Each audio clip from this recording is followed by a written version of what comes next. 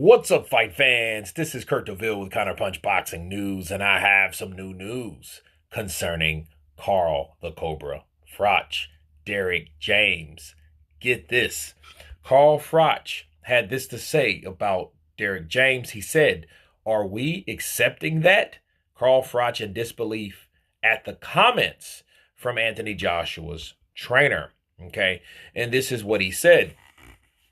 He tried to wrap his head around what Derek James and his comment meant.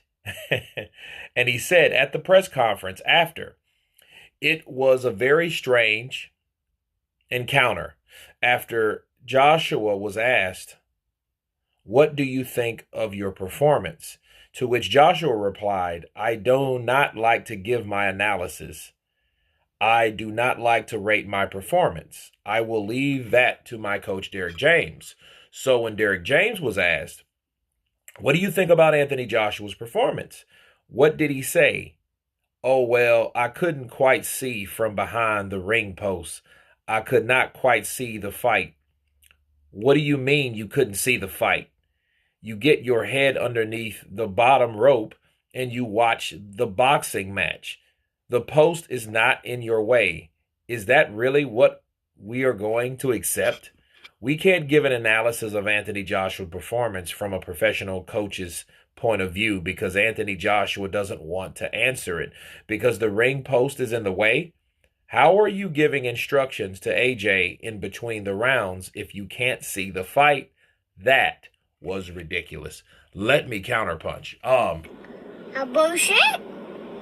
A bullshit. A bullshit. A bullshit. Bravo. I have to agree with Carl Froch. Why? That's the stupidest response that I've ever heard Derek James say. Okay. And based on the way he explained it, it let me know without a shadow of a doubt that Derek James is still shell-shocked his damn self. See, I think these trainers get emotionally invested. Teddy Atlas, Manny Robles, Abel Sanchez, Freddie Roach. A lot of these guys do, okay, with their fighters that I just mentioned. I don't have to name the fighters if you know the coaches, okay, the trainers. And I think Derek James is no exception. I think what happened to Errol Spence has still put a shock down his spine that has stayed there. He's in disbelief. We've seen Derek James. He was there, and for him to say, "I couldn't see it because I was behind. I was behind the goalpost. I couldn't see what was going on." Really? You couldn't see what was going on behind the goalpost, but you were still instructing Anthony Joshua every other round. So if that is what he was saying was absolutely positively true, what that meant was he was just giving him some kind of mumbo jumbo every round or at the end of every round in between rounds. That means for 6 particular times, you couldn't see what was going on, right? So if you couldn't see what was going on, that means you made up some shit. That's exactly what you're trying to tell us. Because by your own mouth, you said you couldn't see because of the goal post. Okay. It's stupid and it makes no sense for so many reasons. Okay? Because, okay, all right, you got the post here. You're telling me you couldn't do this or you couldn't do that.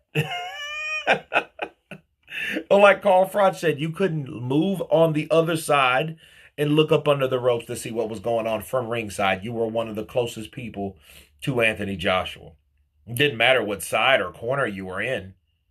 Either you were the neutral corner, which he wasn't, okay? He was in the red or blue corner.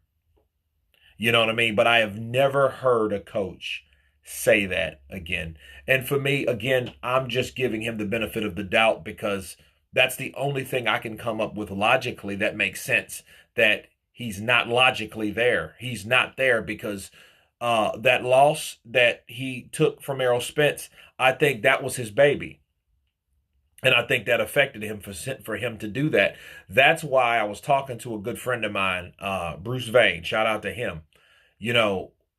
I'm thinking, and we were both talking like, is he even capable of training Anthony Joshua the way that Anthony Joshua deserves to be trained at this point, based on what happened to him with his fighter? Because clearly he was emotionally invested in Errol Spence. He had it all riding on the line. In fact, the year before, he got the Fighter of the Year because of Errol Spence. That was the huge reason right there. One of them. I know Frank Martin did, a very good fight with Michael Rivera, upset him. But other than that, it was all Errol Spence, okay? So I think that affected him, and I think he's seen his career unraveling between, and I think his interest in other fighters kind of took a back seat to Errol Spence. You know what I mean? And it was just unfortunate because, less than 2 weeks later, you have to be back in the ring with another fighter that you're saying stuff like that you're not really invested in like you should be. Then again, that's not fair to any other fighter that he is up under, because if he's saying stuff like that, it's ridiculous. However, here's the silver lining.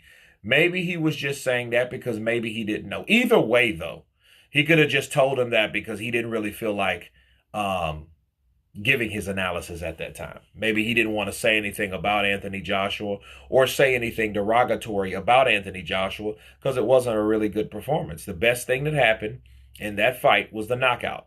That was it. Anthony Joshua was timid. It was a lot of things wrong with AJ.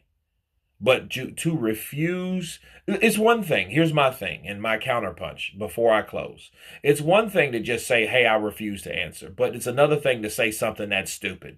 I would rather tell someone, hey, you know what? I have no comment at the time. Besides, say that line of bullshit that he said before. Counterpunch. You guys tell me what you think of Carl Froch blasting Derrick James for the ridiculous comment that he made about Anthony Joshua's performance. Of course, please subscribe. And you guys been Counterpunch. Peace!